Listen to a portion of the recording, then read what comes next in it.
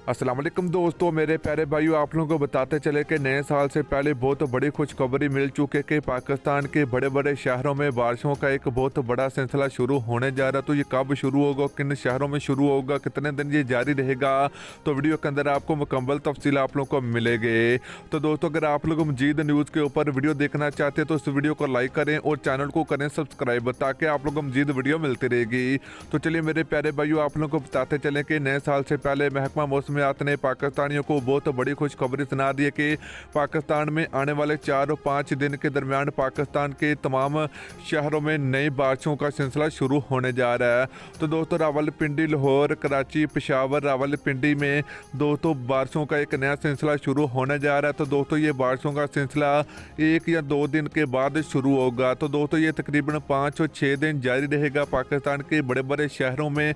तो ये महकमा मौसमियात की बहुत बड़ी रिपोर्ट जारी हो चुकी है।